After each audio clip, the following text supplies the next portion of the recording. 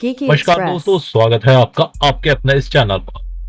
तो दोस्तों, आज मैं बात करने जा रहा हूं, अगर हमने करना है डीबीटी, अपने अकाउंट को करना है डीबीटी या कहते हैं आधार सीडिंग, तो वो कैसे करेंगे। तो नॉर्मली क्या है, आपको जैसे मैंने लास्ट वीडियो में बताया था कि आपको बैंक में जाना पड़ेगा और वहां पर आपको फॉर्म फिल कर देना पड़ेगा। आज मैं आपके लिए लेकर आया हूं जो मेथड, वो है आप घर से बैठकर ही ये डीबीटी जो है वो करवा सकते हैं। तो उसके लिए करना क्या है, आपको सिंपली आपको करना है, गूगल को आपको ओपन करना है।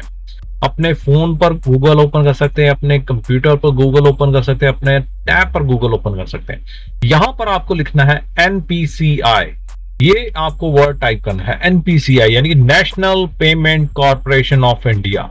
इसको आपने सर्च करना है अपने गूगल के जो सबसे पहली वेबसाइट आई है, आप देख रहे हैं मेरी वेबसाइट स्क्रीन पर, npci.org.in। ये आपने कर लेनी है open, national payment corporation of India enable, इसे कर लेना है आपने ओपन। तो जैसे ही आप इसे ओपन करेंगे, आपके पास कुछ इस तरीके की स्क्रीन जो है ओपन होगी। आपको मैं दिखा रहा हूं जो मेरे कंप्यूटर के ऊपर है। तो अगर आप अपने फोन पर यूज करोगे तो आपके पास कुछ इस तरीके की स्क्रीन होगी। यहाँ पर आपके पास 3 डंडियां होगी। तो ये 3 डंडियों में आपको जाना है और कस्टमर को चूज करना है। और जैसे मैंने आपको बताया ना, मैं आपको कंप्यूटर पे बता रहा हूँ, तो आज हम करेंगे कंप्यूटर पर। मोबाइल के लिए मैं अलग से एक वीडियो बना दूंगा जहां पर आप जाकर देख सकते हो। तो यहाँ पर आपको जाकर करना क्या है, यहाँ पर आपको जाकर करना है, कस्टमर पर जाना है। कस्टमर पर जाने के बाद आपको करना है भारत आधार सीडिंग इनेबलर। तो यहाँ पर आपको जाकर करना है क्लिक। क्लिक करने के बाद आपके पास एक पेज ओपन होगा जो आपको रिक्वायर्ड है आधार सीडिंग के लिए। तो लेफ्ट साइड में आप देखोगे आपके पास अलग अलग ऑप्शंस आ रही हैं। तो आज हम कवर करेंगे इन सबको। तो सबसे पहले ऑप्शन आती है आधार सीडिंग या डीसीडिंग की, यानी कि अगर आपने आधार अपना लिंक करना है अपने बैंक के साथ, उसकी ऑप्शन, या डी लिंक करना है उसकी ऑप्शन। कौन कौन से अकाउंट है आपके आधार के साथ लिंक्ड, वो आपने अगर चेक करना है तो आधार के साथ लिंक वाले अकाउंट डिटेल में जाकर देख सकते हो। आधार मैप्ड स्टेटस, आधार आपका मैप है किसी बैंक के साथ या नहीं, यहाँ पर आप देख सकते हो।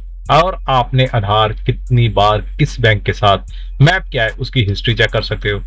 और उसके साथ ही लास्ट में है, अगर आपने कोई रिक्वेस्ट डाली है, जैसे हम यहाँ पर रिक्वेस्ट डालेंगे आधार सीडिंग की ही अगर, तो उसकी स्टेटस को चेक करना हो तो यहाँ पर जाकर हम चेक कर सकते हैं। ये ऑप्शन है अलग अलग आधार सीडिंग करने के लिए। तो आइए सबसे पहले हम पहली ऑप्शन यूज करते हैं, आधार सीडिंग एंड डी सीडिंग की।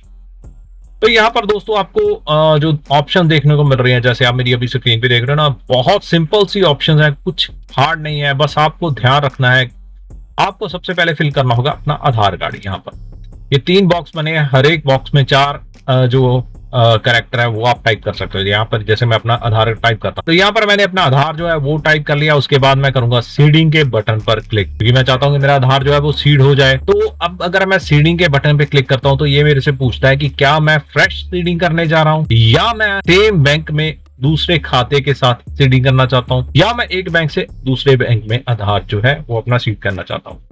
तो अभी जैसे कि मेरे को पता है कि मेरा आधार जो है वो किसी दूसरे बैंक के साथ लिंक है ऑलरेडी, तो मैं इसे वन बैंक से अनदर बैंक करना चाहता हूं। उसके साथ अगर आपने कभी भी डीबीटी नहीं करवाया तो आप फ्रेश सीडिंग भी करवा सकते हो। फ्रेश सीडिंग करने के बाद आपका आधार जो है वो लिंक हो जाएगा, डीबीटी हो जाएगा। उसके बाद मेरे को बैंक चूज करना है, जो भी मेरा बैंक है वो ये लिस्ट बनी होगी, जितना इंडिया में बैंक चल रहे हैं, जितने भी इंडिया के बैंक है वो सभी के सभी इस लिस्ट में आ रहे होंगे।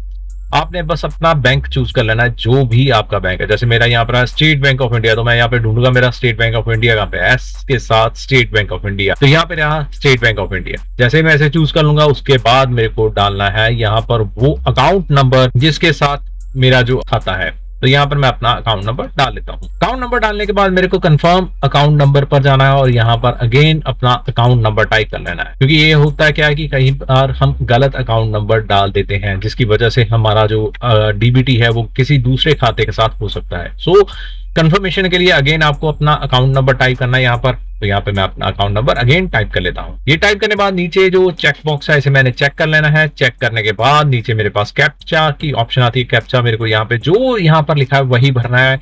ये बेसिकली चेक बॉक्स है कि मैं कंसेंट दे रहा हूँ आधार को अपने बैंक के साथ लिंक करने के लिए। तो यहाँ पे मैं कैप्चा भर लेता हूँ। कैप्चा भरने के बाद मेरे को नीचे थोड़ा सा स्क्रॉल करना और यहाँ पे सबमिट एंड रीसेट की ऑप्शन है। तो मेरे को जब खाता अपना डीबीटी करवाना है, लिंक करवाना है, सीडिंग करवानी है, तो मेरे को यहाँ पे करना है सबमिट। सबमिट करने के बाद मेरे को आएगी टर्म्स एंड कंडीशन। ये मैं टर्म्स एंड कंडीशन सारी की सारी पढ़ सकता हूँ। इसको करना है मेरे को एग्री एंड कंटिन्यू। तो मैं यहाँ पे एग्री एंड कंटिन्यू करूंगा। जैसे ही मैं एग्री एंड कंटिन्यू करूंगा, मेरे पास एक ओटीपी जो है मेरे रजिस्टर्ड नंबर पर आ जाएगा। अकाउंट नंबर जो मेरा आधार नंबर जो है जिसके साथ लिंक्ड है, उस नंबर पे मेरे को एक ओटीपी जो है वो रिसीव होगा। वो ओटीपी मैंने यहाँ पे भर लेना है और कंफर्म के बटन पे करना है क्लिक। और जैसे ही मैं क्लिक करूंगा तो आप देखिए क्या आता है हमारी स्क्रीन पर। जैसे मैंने क्लिक किया, अब ये वेटिंग करने के लिए चला गया। अब यहाँ पर आ रहा है your Aadhaar is currently map to Kotak Mahindra bank, please click okay to proceed with State Bank of India. जैसे मैंने आपको बताया ना कि मैं पीछे चूज किया था कि मैं अपना अकाउंट जो है वो चेंज कर रहा हूँ किसी दूसरे बैंक से। तो यहाँ पर बता रहा है कि मेरा ऑलरेडी कोटक महिंद्रा बैंक के साथ मेरा डीबीटी हुआ था, तो उसको मैं मूव कर रहा हूँ स्टेट बैंक ऑफ इंडिया में।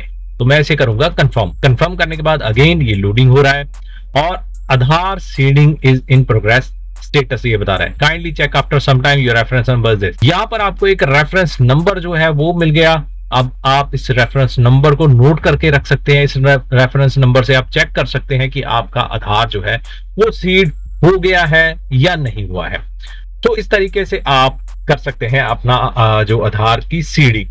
अब ये देखिए मेरे पास ये कंफर्मेशन का मैसेज भी आ गया है कि मेरा जो आधार है वो सीड कर दिया गया है। आधार नंबर मेरा जिस खाते के साथ सीड हो गया है वो मेरे को यहाँ पे पता लग गया है। स्टेटस मेरे का सक्सेस है, मतलब कि मेरा आधार जो है अब सक्सेसफुली सीड हो चुका है इस खाते के साथ, यानी ये मेरी डीबीटी हो चुकी है इस खाते के साथ। और कोई भी गवर्नमेंट की फैसिलिटी अगर मेरे को आनी है तो इस खाते में वो आ सकती है। तो इसी के तरह मैं चेक कर सकता हूँ अकाउंट डिटेल में। अब जैसे मैंने ये अकाउंट मैंने मैप किया है, ये अकाउंट मेरे को बता देगा कि मेरा ये वाला अकाउंट है वो डीबीटी हुआ है। अब ये सेशन का टाइम आउट का मेरे को मैसेज आता है। और इसके साथ साथ आपको मैं बता दूं, जैसे ही आपको ये सक्सेस का मैसेज मिलेगा उसके साथ ही आपको अलर्ट भी आ जाएगा। आपको एक एसएमएस भी प्राप्त होगा, अपने बैंक की तरफ से हो सकता है या आधार की तरफ से हो सकता है कि आपका जो खाता है वो अपडेट हुआ है, यानी कि डीबीटी जो है आपके खाते में अपडेट हुई है। और थर्ड ऑप्शन जैसे दोस्तों आधार मैप स्टेटस, यानी कि मैप बता देगा कि आपका खाता जो है वो किसी आधार के साथ लिंक्ड है, यानी कि आपका आधार बेसिकली जो है वो आधार खाते के साथ लिंक्ड है या नहीं। आधार मैपिंग हिस्ट्री, अब जैसे मैंने एक खाते से दूसरे खाते में किया है ट्रांसफर, तो यहाँ पर मेरी एक हिस्ट्री बनी हुई आ जाएगी कि मेरे कितने खाते मैंने स्विच किए हैं। अब ये आपका ध्यान देना है कि आपका डीबीटी सिर्फ एक अकाउंट के साथ ही हो सकता है। ये नहीं है कि आपके एक आधार के साथ आप मल्टीपल अकाउंट डीबीटी करवा सकते हो। आपका वन आधार वन अकाउंट ये रहेगा। तो उम्मीद करूंगा दोस्तों अगर आपने भी अभी तक डीबीटी नहीं करवाई है तो आपने कैसे करनी है डीबीटी या आधार सीडिंग, तो आपको पता लग गया होगा। घर बैठे ही अपनी डीबीटी करवा सकते हैं। अगर आपको हमारी आज की ये वीडियो पसंद आई, हमारे चैनल को लाइक करें, शेयर करें अपने दोस्तों के साथ। मिलते हैं नेक्स्ट वीडियो में, तब तक के लिए धन्यवाद। Geeky Express.